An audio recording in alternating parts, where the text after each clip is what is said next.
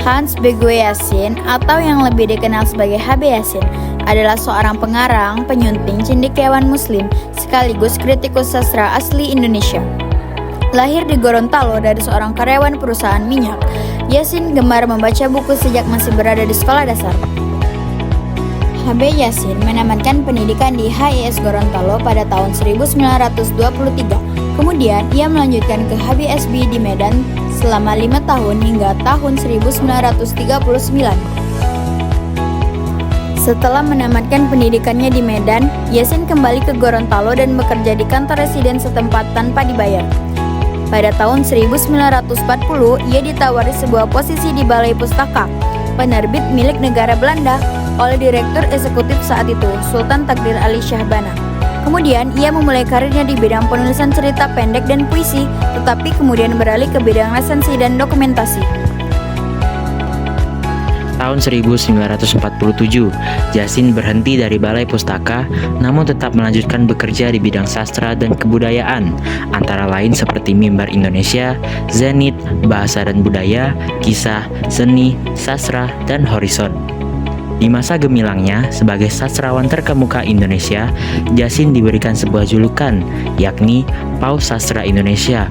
Julukan itu sendiri bermula dari Gayus Siagian, sastrawan asal Tapanuli yang saat itu kesal karena Yasin sudah seperti seorang paus di kalangan para sastrawan lainnya, yaitu seorang pemimpin tertinggi agama Kristen yang perkataannya selalu dinanti-nanti, didengarkan, dan diikuti. Karena faktanya, apabila ada karya pengarang baru yang diulas dan dinyatakan baik oleh Yasin, maka semua orang akan mengamininya. Itulah mengapa Yasin dikatakan layaknya seorang paus sastra Indonesia. Pengalamannya dalam bidang sastra membuat Yasin paham betul dengan masing-masing gaya dan karakter penulisan para sastrawan. Maka dari itu, ia membuat penggolongan pengarang berdasarkan angkatan, yang kemudian dikenal dengan Angkatan Pujangga Baru, Angkatan 45, dan Angkatan 66. Hans Bagoyasin sendiri masuk dalam kategori Angkatan Pujangga Baru, yaitu merupakan nama yang diberikan kepada sejumlah pengarang yang menulis puisi, cerita pendek, roman drama, esai, kritik sastra, dan telaah kebudayaan yang karyanya terbit sebelum era kemerdekaan. Kini, koleksi dokumen sastra pribadinya terkumpul di Pusat Dokumentasi Sastra HB Yasin, yaitu tempat pendokumentasian arsip kesusastraan nasional. Jerih payah HB Yasin dalam mengumpulkan dokumentasi sastra di Indonesia tidaklah sia-sia.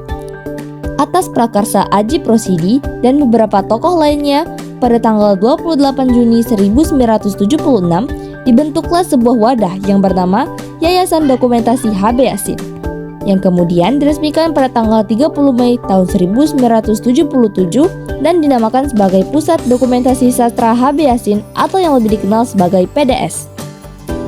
PDS berlokasi di dalam Kompleks Taman Ismail Marzuki di Jalan Cikini Raya, nomor 73, Jakarta Pusat.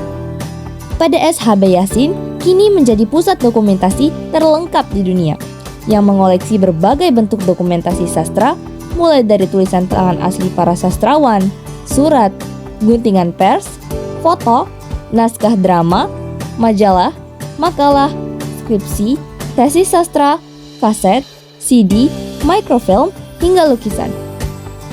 Adapun beberapa buku yang pernah ditulis dan diterbitkan oleh HB Yasin diantaranya Angkatan 45 tahun 1951, Tipe Penyair dan Daerahnya tahun 1952, Kesusastraan Indonesia Modern dalam Kritik dan Esai Jilid 1-4 tahun 1954, 1957, dan edisi baru tahun 1985, Kesusastraan Dunia dalam Terjemahan Indonesia tahun 1966, Heboh Sastra 1968, Suatu Pertanggungjawaban tahun 1970, Sastra Indonesia sebagai Warga Sastra Dunia tahun 1963, Pengarang Indonesia dan Dunianya tahun 1963, Surat-surat 1943 hingga 1983 yang diterbitkan pada tahun 1984, Sastra Indonesia dan Perjuangan Bangsa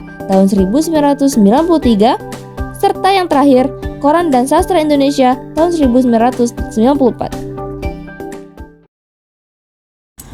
Pada tanggal 11 Maret tahun 2000, HB Yasin berpulang ke pangkuan Ibu Pertiwi. Sebagai penghormatan serta penghargaan atas jasa-jasanya, Yasin dimakamkan di Taman Makam Pahlawan Nasional Kalibata, Jakarta dengan upacara kehormatan militer serta apel persada.